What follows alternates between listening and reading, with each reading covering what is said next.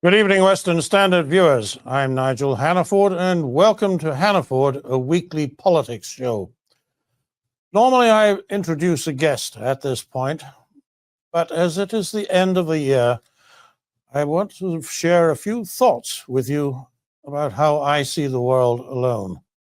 So please stay with me as we talk about what to look forward to in 2025. The rule of journalism being always to look for the conflict, it's tempting when looking back over a year to damn the darkness. And there is always darkness to damn. The governor of the state of Canada remains in office and still thinks a man can be a woman and that a woman can be treated like trash. Chrystia Freeland is obviously just experiencing things differently. And let's not even talk about wars and rumors of wars elsewhere in the world. But folks, do you ever get sorry about feeling mad all the time? I do.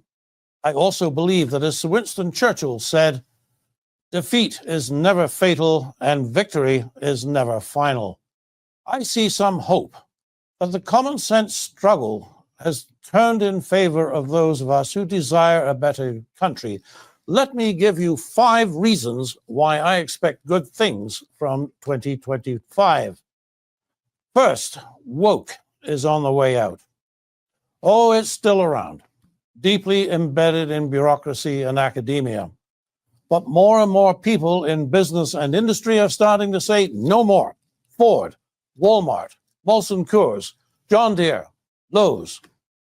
I could go on. Harley Davidson, Jack Daniels, Tractor Supply. It's going down. Second, parents have had enough of schools messing with their children's heads about whether they're really the gender they were born with. New Brunswick said no. Saskatchewan said no. In Alberta, Premier Smith legislated that children could not have sex change operations before they were 18. The left howls. She then said, by the way, no boys on girls' sports teams either. You could say it was a shame that this must be considered progress because it should be so wretched obvious. But, ladies and gentlemen, if something is broken, it's still a good thing when somebody fixes it. And if this is your subject, take a read of what Western Standard columnist Jonathan Van Maren said about it last Saturday in his year-ender. Thousands of Canadians stepped up to fight for the vulnerable, he wrote. There is no better fight. And I, for one, am grateful for all that was done, all who participated, and all that was accomplished. And I say, amen to that. Third, talking of fixing things. If you are living on the prairies and you depend upon natural gas to stay warm during the winter, it's a relief to see that the federal government has finally admitted their goal of carbon net neutral emissions on the entire national power grid by 2035 was never going to happen. And it was no use threatening engineers and politicians with jail if they didn't make it. 2050 is good enough now. Not that I'm buying the concept of net neutral emissions or that it's Ottawa's call to make. Nor should you. But let not the perfect be the enemy of the good. It is a start, and we have 25 years to do something about it. And while we're celebrating that, this moronic rule about no more gasoline-powered cars after 2035 cannot outlist this government either. Nothing against electric cars, but they're not for everybody in all parts of Canada. Fourth, the American election. You don't have to agree with President-elect Trump, or even to like him, but you cannot fail to see that the mood in the United States has changed for the better since he won the election there. It's not just that Trump is as energetic as his predecessor Biden was unfit. It's the team that Trump has brought together. None of them need the salary. All of the key players, Musk, Ramaswamy, RFK, are wealthy in their own right and have accomplished things in their own right. It is not that there could never be trouble in that paradise either. Strong-willed people fight. But whether it's in building rockets, skyscrapers, or technology, everybody at the top in the United States now got there on their merits because they could do things, not because they were victims. This is the way it used to be. It appears to be the way it is going to be going forward. Look, we all have sympathy for people who are genuinely disadvantaged. But if you want to get things done, and Lord knows America needs to get things done, get somebody who has already done something. Which brings us, fifthly, to Canada.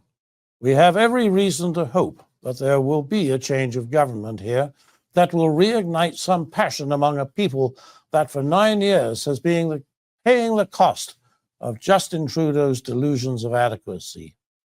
Since before the Second World War, this has undoubtedly been for Canada the worst of times. Only the Great Depression comes close.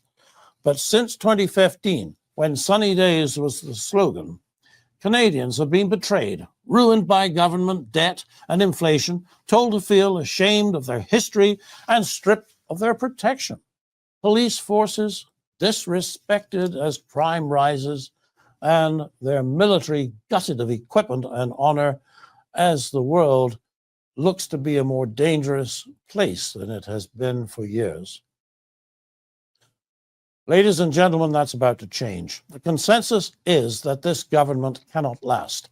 It may make it for 3 more months, and the need to pass a budget will force the issue as a matter of confidence. Or perhaps Prime Minister Trudeau will be so isolated by his own caucus that whatever the rules permit, he can, in practice, no longer govern. But it can't last. And when he is gone, he will be replaced by people with new and better ideas who have not been worn out by scandal, disappointment, and the scurrilous temptations of office. The Trudeau rot is very deep. We should therefore be careful not to ask more of a new government than goodwill, inspiration, and hard work can do. What took 9 years to tear down will not be rebuilt in a few months or even a few years.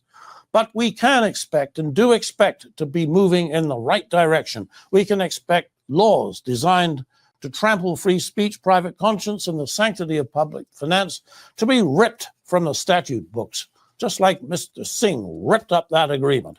And we should expect and demand that when the country's new leaders speak of Canada, they will speak not of a land of harm and injustice that must forever pay for its sins. Rather, they will speak of a country on a mission to become what it once was and was always intended to be, the place that the world admired, wanted to be part of, as we used to say, simply, the best country in the world. Things can be so much better, ladies and gentlemen, and I believe that this year they will be better. God bless you all, and I'd like to wish you a happy new year. For the Western Standard, I'm Nigel Hannaford. Good night.